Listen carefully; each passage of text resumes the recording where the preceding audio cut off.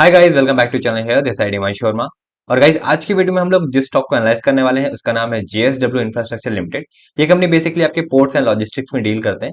आप यहाँ पे देखोगे पिछले एक साल में आपको इस स्टॉक से 100% के रिटर्न्स देखने को मिलते हैं, जो कि काफी डिसेंट रिटर्न है। अगर हम लोग कंपनी के बिजनेस को देखें तो आप यहाँ पे देखोगे ये कंपनी बेसिकली आपकी second largest private port operator है हमारी इंडिया की, जिसकी करंट कैपेसिटी जो आपको देखने को मिलती है वो आपको यहाँ पे 170 मिलियन टन पर एनम देखने को मिलती है। फ्रेंड्स, अगर हम बात करें इंडिया के ट्रेड वॉल्यूम्स की तो आप यहाँ पे देखोगे 95% जो हमारा ट्रेड वॉल्यूम है वो हमारा मैरीटाइम रूट्स के थ्रू आता जाता है। तो कह सकते हैं ये काफी ज्यादा इंपॉर्टेंट रोल प्ले करता है हमारी कंट्री के लिए।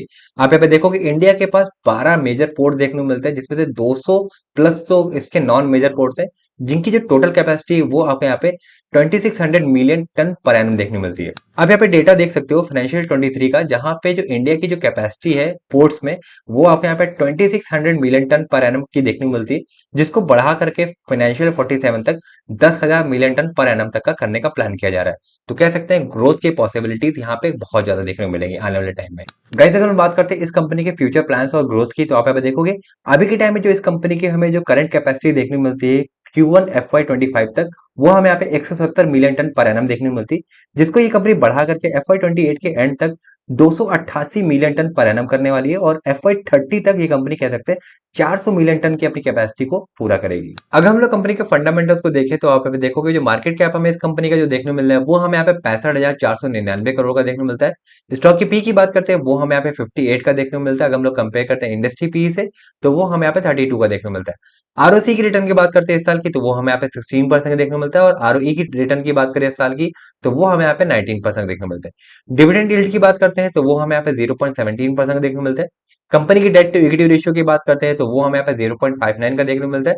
प्लस परसेंटेज की बात करें वो हमें यहाँ पे 0% देखने को मिलता है। और अगर हम लोग कंपनी के 3 साल के एवरेज रिटर्न की बात करें तो आप यहाँ पे देखोगे जो आरओई का जो 3 साल का हमें जो रिटर्न देखने को मिलता है वो हमें यहाँ पे 17% देखने को मिलता है। और आरओसी का जो 3 साल का हमें जो रिटर्न देखने को मिलता है वो हमें यहाँ पे 14% देखने को मिलता है। फ्रेंड्स, अगर हम बात करते हैं इस कंपनी के फाइनेंशियल्स की तो आप यहाँ पे देखोगे जो कंपनी का जो रेवेन्यू है वो आपको यहाँ पे हर साल तेजी से बढ़ता हुआ देखने को मिलता है।